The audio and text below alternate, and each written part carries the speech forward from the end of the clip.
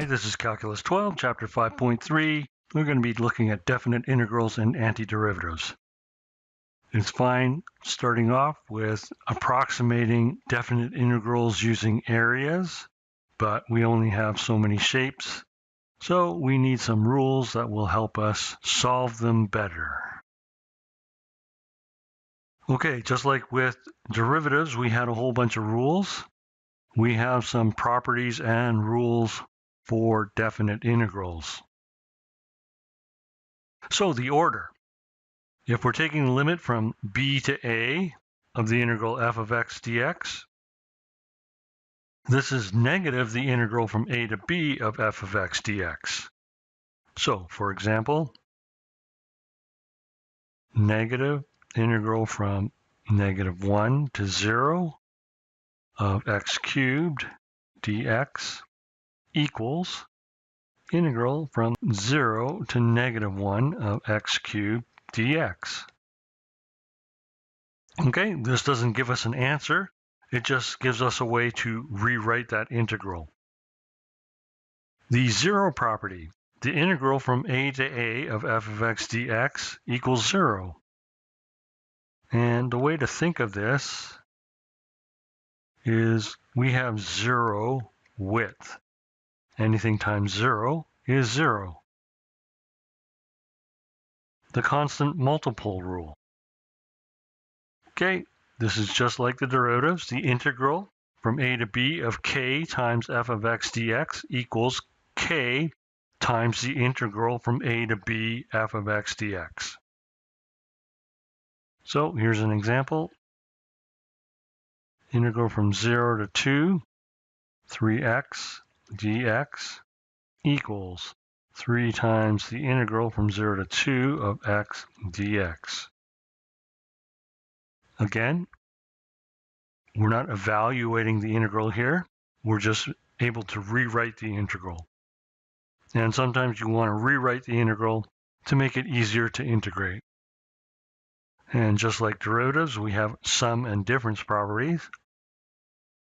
The integral from a to b of f of x plus or minus g of x dx equals the integral from a to b of f of x dx plus or minus the integral from a to b of g of x dx. So here's an example. The integral from 0 to pi of cos x plus sine x dx equals the integral from 0 to pi cos x dx plus integral from 0 to pi sine x dx. Additivity. Okay, this is not like the sum. We're adding the limits of integration. So the integral from a to b of f of x dx plus the integral from b to c of f of x dx equals the integral from a to c of f of x dx. We can leave out the b. Okay, here's an example. Integral from 0 to pi over 6 sine x dx plus the integral from pi over 6 to pi of sine x dx equals the integral from 0 to pi of sine x dx. Okay, max-min inequality.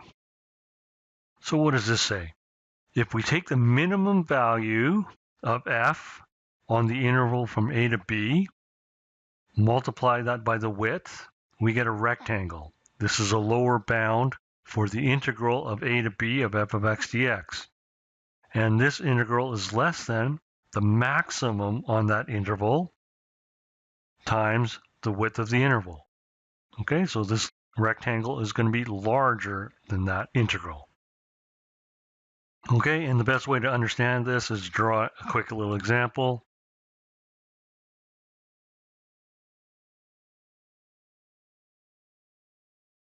Okay, so here we have a min value.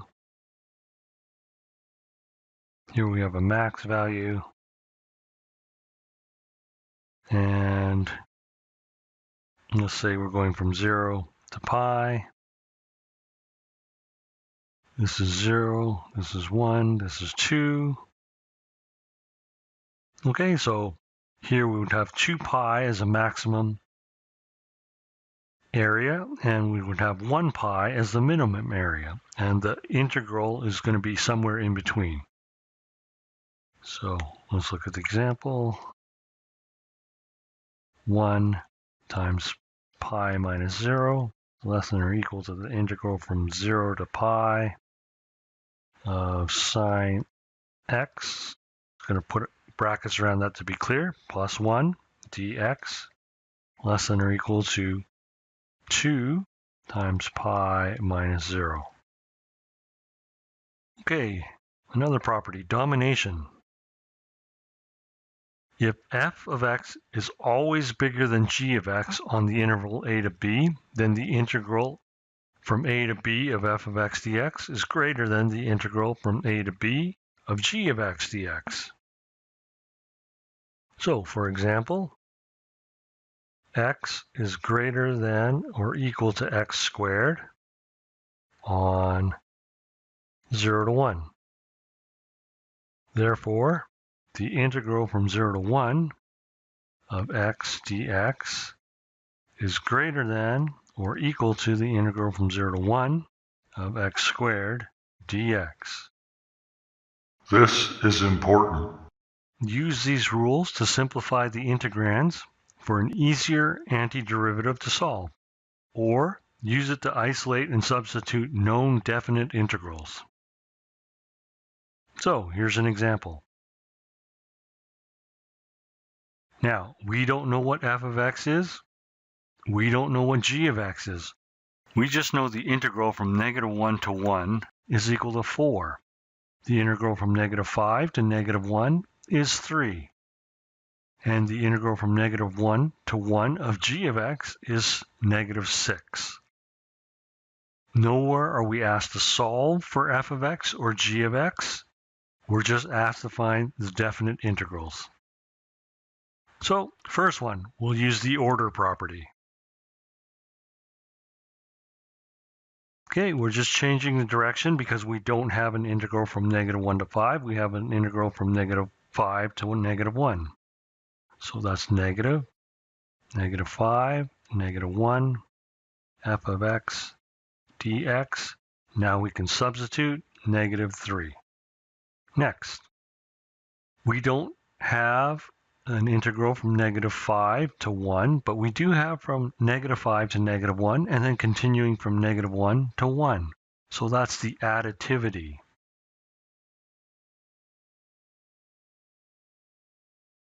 So integral from -5 to -1, f of x dx, plus integral from -1 to 1, f of x dx. That's equal to 3 plus 4, and that equals 7. Next, this is a combination of two rules. We have difference, and we also have constant multiplier. And we do have the integrals from -1 to 1, -1 to 1. So I'm going to do this in one step. 2 times the integral from -1 to 1, f of x dx, minus 4 times the integral from -1 to 1, g of x dx. This is equal to 2 times 4 minus 4 times -6. This equals 8 plus 24, and that's equal to 32. Okay, here's some tricky ones. From 1 to 5, we don't have any rules to change a -5 to a +5. So, undefined. -1 to 0.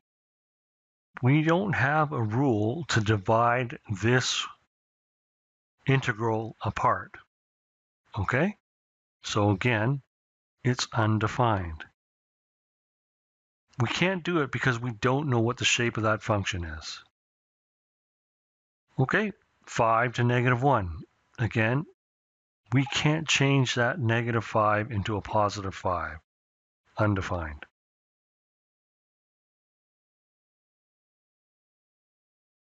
Okay, here's a definition.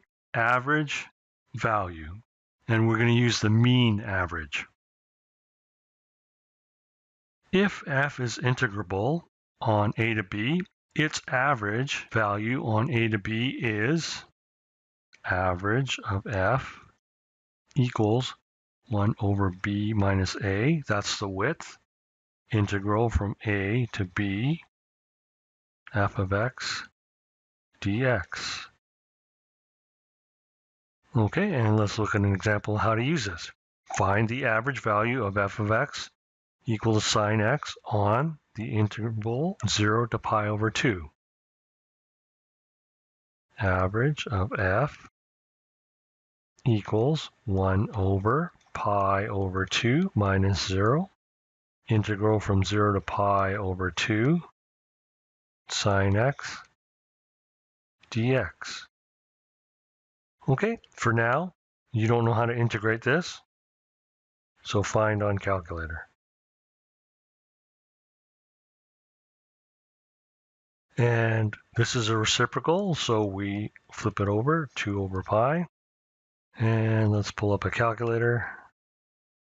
Sine x, draw, and we're going to solve for the integral 0 pi divided by 2, and we get an integral of 1. So our answer is 2 over pi. Mean value theorem for definite integrals, and this one's not as long as the one for derivatives. If f is continuous on a to b, then at some point c in a to b, f of c is going to equal the average value. And this is a rationale for the definite integral and Riemann sums. Okay, this was not erased properly. Let's erase that. Okay, exercise 18, we're asked to find just the area. Okay, remember area is positive. And how do we break this up? Okay, we can find the area there. We can find the area here.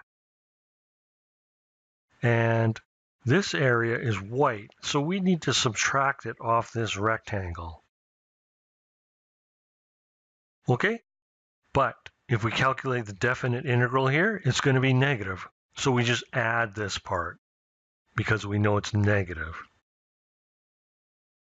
Okay, so we need the integral from 0 to 1 of 3 minus 3x squared dx plus the area of the rectangle, 2 times 9, plus the integral from 1 to 2 of 3 minus 3x squared dx. Okay, I'm going to do this one algebraically. So I'm going to use additivity because this is our common value. We can go from 0 to 2. The integral from 0 to 2 of 3 minus 3x squared dx plus 18.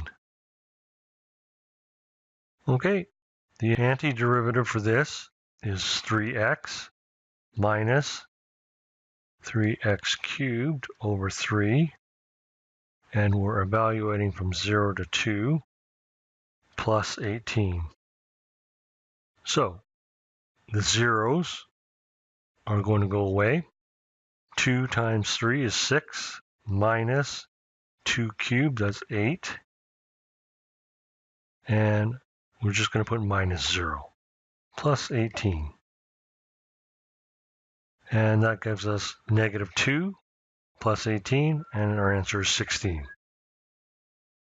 And if we wanted to be absolutely correct, we could put 16 units squared.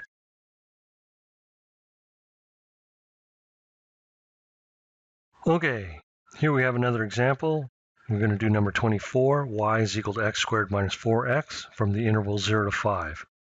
We're asked to integrate the function over the interval, then find the area of the region between the graph and the x-axis. Okay, let's do the integral first. 0 to 5. The integral is easy because we do not have to partition this. So x squared minus 4x dx. Again, these are just polynomials, so we can find the antiderivative relatively easy. X cubed over 3 minus 4x squared over 2. And we're integrating from 0 to 5.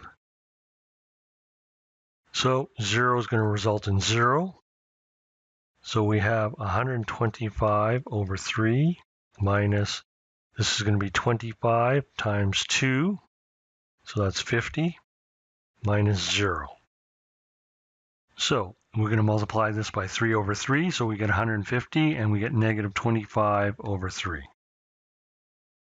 Without graphing, we know that y equals x squared minus 4x. This factors into x times x minus 4. So we have x-intercepts of 0 and 4, and that's where we have to compute above and below the x-axis.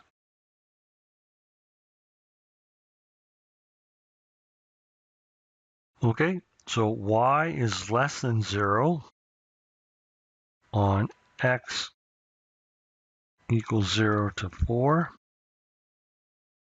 and y is greater than 0 when x is on the interval 4 to 5.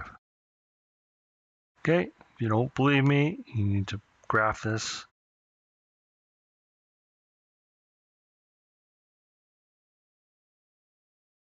Graph.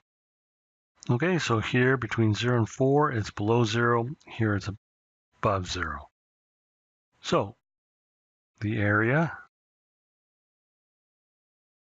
equals the integral from 4 to 5 of x squared minus 4x dx. And from 0 to 4, it's negative, so we're going to take the negative of this. 0 to 4, x squared minus 4x dx. We've already calculated it up there, so we have x cubed over 3 minus 2x squared. We're integrating from 4 to 5, and we're doing the negative of this, x cubed over 3 minus 2x squared, and this is from 0 to 4. Okay, so we have 125 over 3 minus 50 minus, in brackets, 4 cubed, 64 over 3, and 4 squared times 2, that's 32,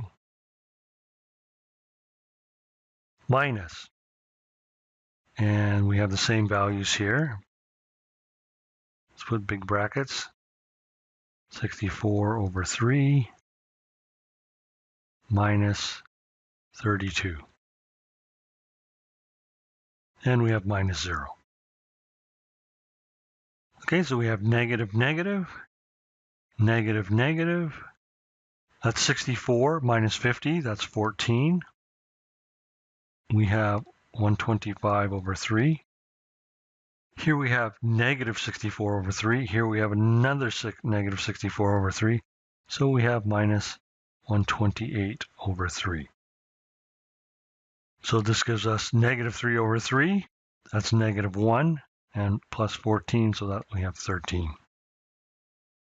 Okay, not confident in your answer. We can modify our function. We can do absolute value. So option number absolute value, F1, and bracket, and bracket, and execute, and draw, And we're going to integrate GSOL, F6 for the next, F3, and we're going from 0 to 5. And our answer is 13. So when you're allowed to use the calculator, you can always verify your answer. Okay, last problem. Now we're going to use the average. Find the average value of the function on the interval. At what point in the interval does this function assume its average? Okay, we're going to look at number 26. So 1 over 3 minus 0. We're going to integrate from 0 to 3. And negative x squared over 2 dx. And we have 1 over 3. And we have negative x cubed over 6. And we're going to evaluate from 0 to 3. Okay, we plug in 3, we get negative 27 over 18. And we're going to subtract 0. And we're going to reduce this. Both can be divided by 9, so we get negative 3 over 2. Now we have to solve for the function equal to this average value. So negative x squared over 2 equals negative 3 over 2. This gives us x squared equal to 3. The 2's cancel out, the negatives cancel out, and we get x equals plus or minus square root 3. Okay, x equals negative root 3 is extraneous because it's outside our domain. So x equals root 3 is our solution.